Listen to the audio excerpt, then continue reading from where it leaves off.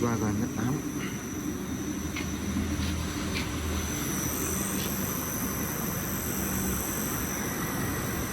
điện là một pha ba pha xài 4 tầng nhá. Scooter Subaru này, phước kiến, lỗ trục, lỗ dao là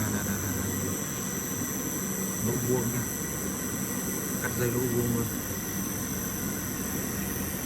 Anh em có nhu cầu liên hệ mình nhé, 0974 815 663. Đây, tủ điện này rất là ok nhé.